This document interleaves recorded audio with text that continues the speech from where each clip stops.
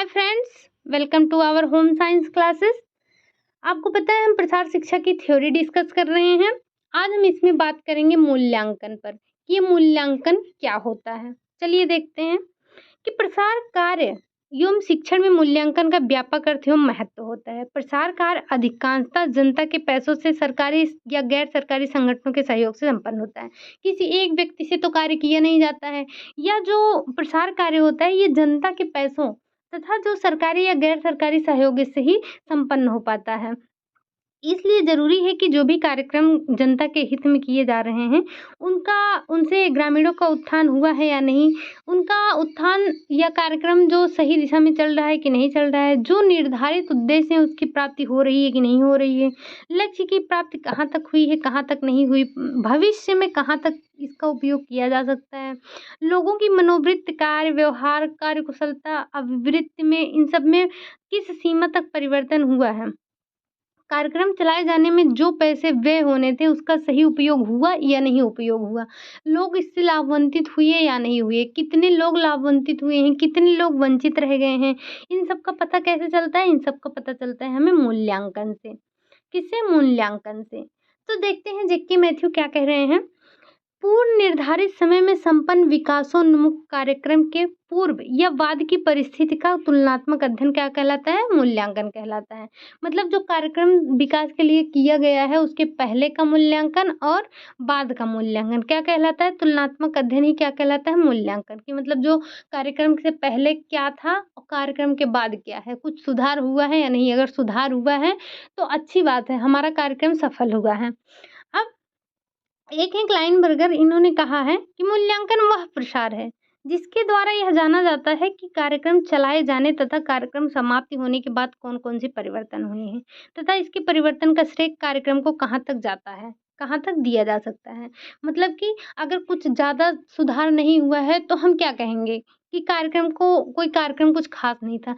लेकिन अगर दोनों में काफ़ी अंतर आ रहा है, कार्यक्रम से पहले जो था उसके बाद उससे बेहतर हुआ है, तो हम क्या कह सकते हैं कि कार्यक्रम बहुत अच्छा था या कार्यक्रम सफल हुआ है। अब हम देखते हैं मूल्यांकन के प्रकार। क्या होता है मूल्यांकन के प्रकार? तो ये मूल्यांकन के प्रकार क्या होते हैं?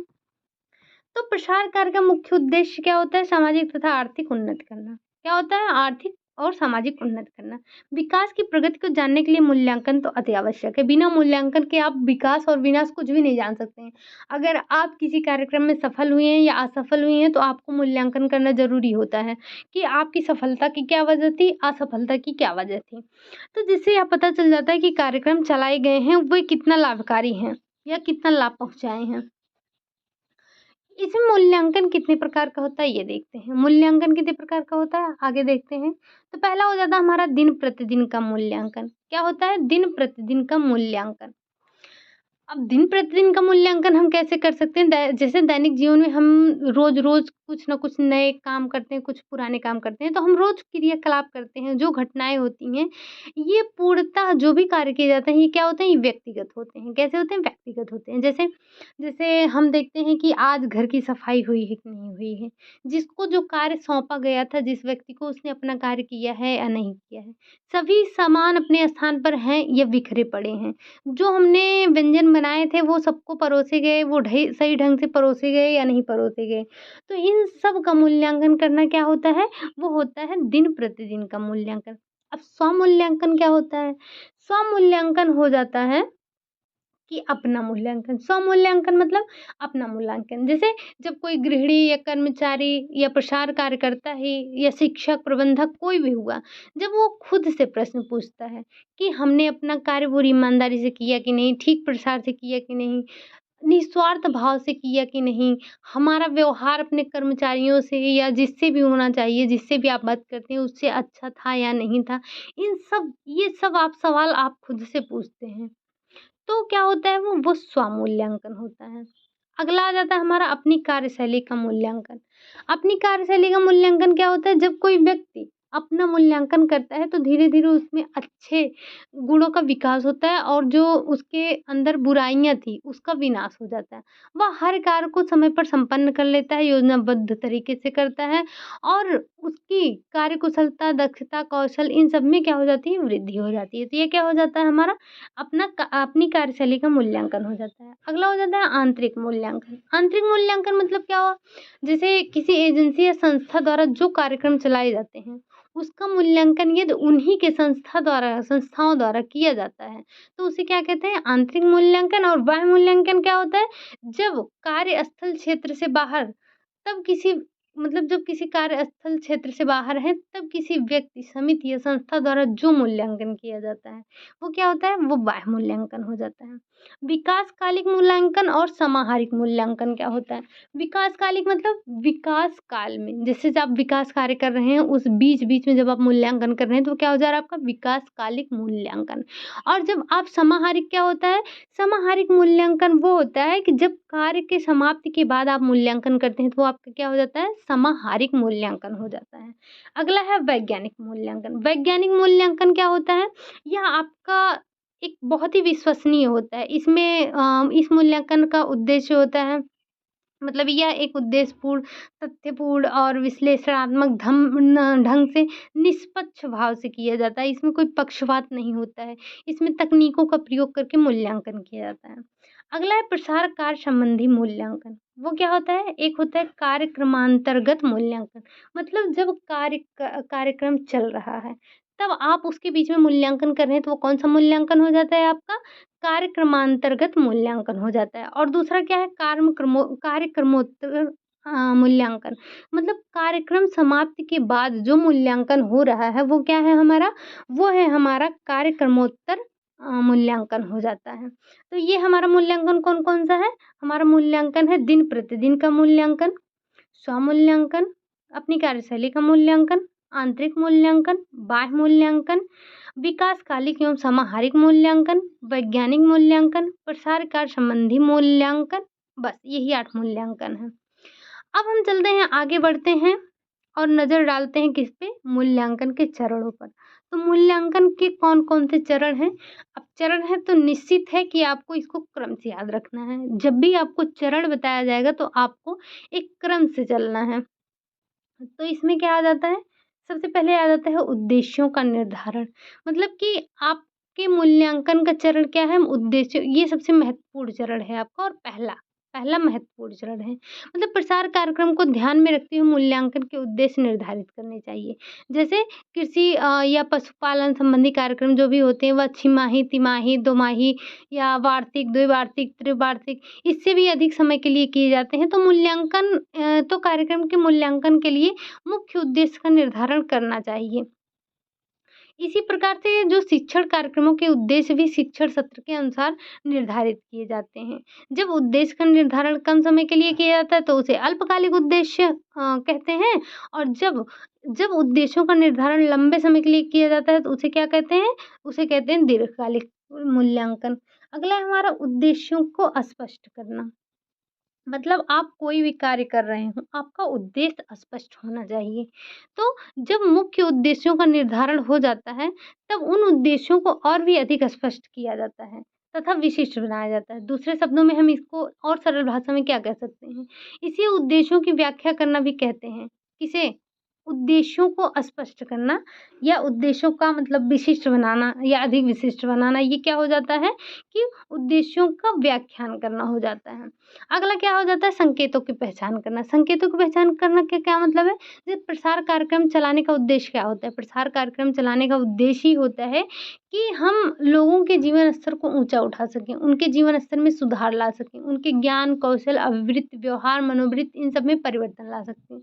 लेकिन जो रहन-सहन के स्तर और जीवन स्तर में सुधार हुआ है, उनके व्यवहार, कौशल एवं मनोवृत्ति में परिवर्तन आया है या नहीं आया है, इसका पता कैसे चलेगा? मूल्यांकन से।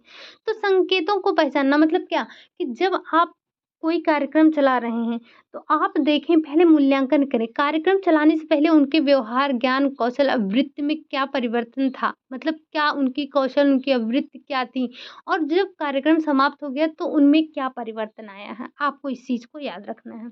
तकनीकों का विकास। तकनीकों का विकास, अब किसी भी मूल्यांकन में तकनीकों का उपयोग किया जाना चाहिए। संकेतों को पहचानने के बाद उनकी जो तकनीकी एवं विधियों का विकास करना मूल्यांकन का चौथा चरण हो जाता है। देखो जैसे जो शोधकर्ता किसी शोध के लिए प्रश्नावली, सूचना या सर्वेक्षण, साक्षात्कार आदि विधियों का चयन एवं विकास करता है, उसी प्रकार से जो प्रसार कार्यकर्ता भी प्रसार कार्यक्रम के पश्चात उपलब्धियों को पाने के लिए उनकी तकनीकों या विधियों का विकास करता है। ठीक? तो इनमें कई विधियाँ हो सकती हैं या उनका तकनीकी तौर पर उनका मूल्यांकन करना चाहिए। फिर मूल्यांकन कार्य योजना तैयार करना। मतलब कार्य योजना तैयार करना क्या होता है कि आपको जो कार्य करना है, जो आपने आपको कार्यक्रम जिस गाँव में करना है, उसकी योजना आपको तैयार करनी चाहिए। फिर उद्देश्यों की प्राप्ति को प्रमाणित करना। उद्देश्यों की प्राप्ति को प्रमाणित करने का मतलब क्या हो जाता है कि जैसे मान लेते हैं आपने यदि किसी जैसे हमारे ग्रामीण आपको किसी गाँव के बच्चे के स्वास्थ्य को आपको प्रमाणित करना है। मतलब आपको गए हैं, आपने वहाँ पे स्वास्थ्य कार्यक्रम लगाया है। तो आपको पहले कार्यक्रम लगाने से पहले वहाँ के बच्चों का मूल्यांकन करना चाहिए कि यहाँ के बच्चों का वज़न कितना है, लंबाई कितना है, कौन रोगी है, कौन नहीं रोगी है, कितने बच्चे रोगी हैं। और जब आपका कार्यक्रम खत्म हो जाए, तो आपका फिर से आपको मूल्यांकन करना चाहिए और देखना चाहिए कि दोनों के बीच में क्या अंतर है। तो वही आपका हो जाता है उद्देश्यों की प्राप्ति का प्रमाणित करना। तो आप जब दिखाएँगे कि ये पहले इतने ज़्यादा कुपोषित थे, इतने बच्चे ज़्यादा अस्वस्थ थे और कार्यक्रम के बाद इनमें इतना-इतना परिवर्तन आया है, तो वो क्या हो जाएगा आपका? वो हो जाएगा आपका उद्देश्य को प्रमाणित, मतलब आपका उद्देश्य प्रमाणित हो जाए। अगला हो जाएगा आंकड़ों को एकत्रित करना।